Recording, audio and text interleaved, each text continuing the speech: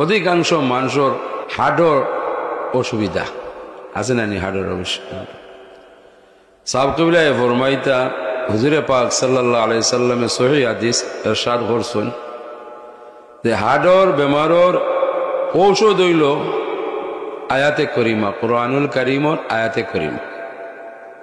সাবে আমরা শিক্ষা দিতা হাদিস শরীফও আছে যে সূরা ফাতিহার 4 নম্বর আয়াতে করিমা বিসমিল্লাহির রহমানির রহিম হুয়াল্লাযী আনজালাস সাকিনাতা ফি কুলুবিল মুমিনিনা লিয়াজদাদু ঈমানাম মা ঈমানিহিম ওয়ালিল্লাহি জুনুদুস সামাওয়াতি ওয়াল আরদ ওয়া কানাল্লাহু আলীমান হাকীমা।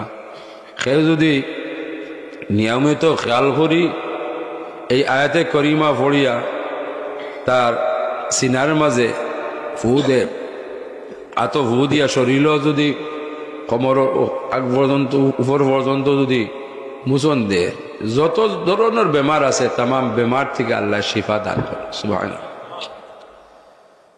তো ইটা আমলের দ্বারা বলে কি কুরআনুল কারীম আমরা যেন যারা আছি আমরা যেন ফাঁকে ফাঁকে বেশি বেশি করি কুরআনুল কারীম তিলাওয়াত করি।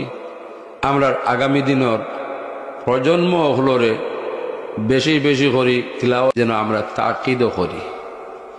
ওই দুনিয়ায় যে সমস্যা সমাধান আল্লাহ পাক রব্বুল ইজ্জতে করি দিবা, আমরা যত চেষ্টা করি হাজার চেষ্টা করি কোনো সমস্যা সমাধান আমরার পক্ষে করা সম্ভব নাই যতক্ষণ পর্যন্ত রব্বুল আলামিনে এই জাতীয় সমস্যাদের সমাধান না করে দিবা।